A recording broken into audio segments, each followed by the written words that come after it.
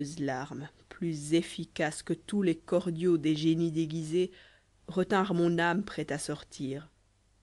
En connaissant par vos plaintes que je vous étais cher, je goûtai une félicité parfaite, et elle fut à son comble lorsque vous m'acceptâtes pour époux.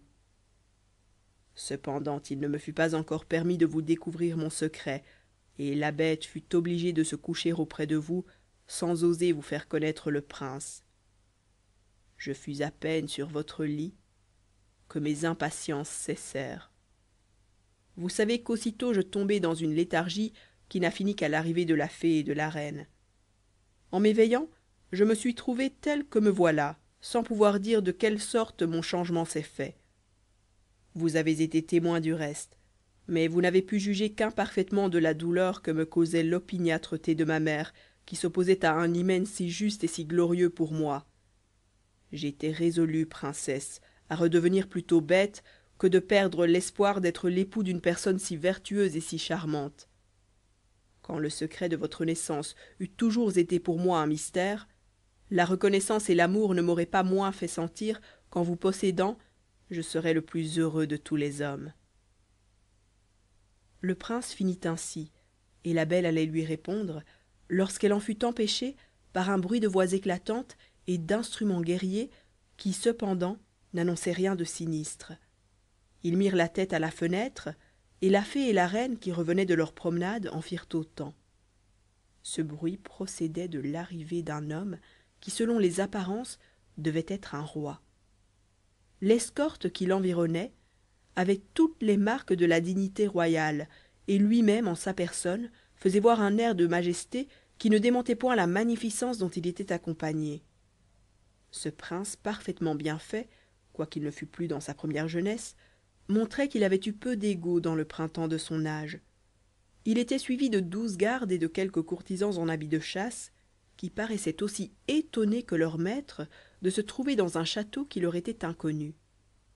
On lui rendit les mêmes honneurs que s'il eût été dans ses propres états, et le tout par des invisibles, car ils entendaient des cris de joie et de fanfare, et ils ne voyaient personne. La fée, en le voyant paraître, dit à la reine: voilà le roi votre frère, et le père de la belle. Il ne s'attend point au plaisir de vous trouver ici. Il en sera d'autant plus satisfait que, comme vous le savez, il croit sa fille morte depuis longtemps. Il la regrette encore aussi bien que sa femme, de qui il conserve un tendre souvenir. Ce discours augmenta l'impatience que la jeune reine et la princesse avaient d'embrasser ce prince. Ils arrivèrent promptement dans la cour au moment que lui-même descendait de cheval. Il les aperçut sans les pouvoir connaître, mais ne doutant point qu'elles ne vinssent au-devant de lui, il ne savait quel compliment leur faire, ni de quels termes se servir, lorsque la belle, se jetant à ses genoux, les embrassa en l'appelant son père. Ce prince la releva, et la serrant tendrement entre ses bras, ne comprenait point pourquoi elle lui donnait ce nom. Il s'imagina qu'elle pouvait être une princesse orpheline et opprimée qui venait implorer sa protection et qui ne se servait des termes les plus touchants que pour obtenir l'effet de sa demande. Il était prêt à l'assurer qu'il allait faire en sa faveur tout ce qui dépendrait de lui, lorsqu'il reconnut la reine sa sœur, qui, l'embrassant à son tour, lui présenta son fils. Elle lui fit connaître une partie des obligations qu'elle et lui avaient à la belle, et ne lui cacha pas l'affreuse aventure qui venait de se terminer. Le roi loua cette jeune princesse et voulait savoir son nom, quand la fée, l'interrompant, lui demanda s'il était nécessaire de nommer ses parents et s'il n'avait jamais connu personne à qui elle ressemblât assez pour les lui découvrir. Si je m'en rapportais à ses traits, dit-il en la regardant fixement et ne pouvant retenir quelques larmes, le nom qu'elle m'a donné m'est légitimement dû, mais malgré ses signes et l'émotion où sa vue me jette, je n'ose me flatter que ce soit ma fille que j'ai pleuré, puisque j'ai vu les marques certaines qu'elle a été dévorée par les bêtes sauvages. Cependant, continua-t-il en la considérant de nouveau, elle est parfaitement ressemblante à la tendre et incomparable épouse que la mort m'a ravie, que je suis flatté agréablement de l'espérance de revoir en elle le fruit d'un hymen charmant dont les chaînes n'ont été que trop tôt rompues. Vous le pouvez, seigneur, reprit la fée. La belle est votre fille. Sa naissance n'est plus un secret ici. La reine et le prince savent qui elle est. je ne vous ai fait venir que pour vous en instruire, mais nous ne sommes point dans un lieu commode pour faire le détail de cette aventure. Entrons dans le palais, vous vous y reposerez quelques moments, et ensuite je vous raconterai ce que vous désirez savoir.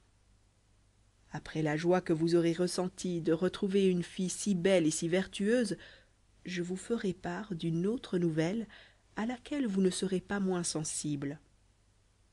Le roi, accompagné de sa fille et du prince, fut conduit par les officiers singes dans l'appartement que la fée lui avait destiné.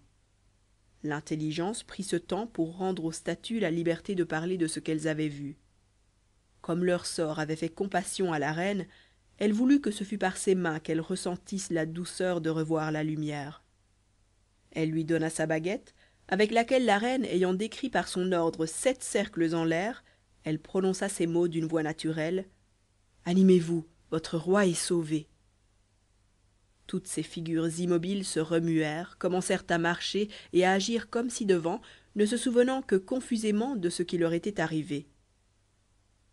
Fin de la 11e partie, lue par Ezoa, en Belgique, en avril 2010.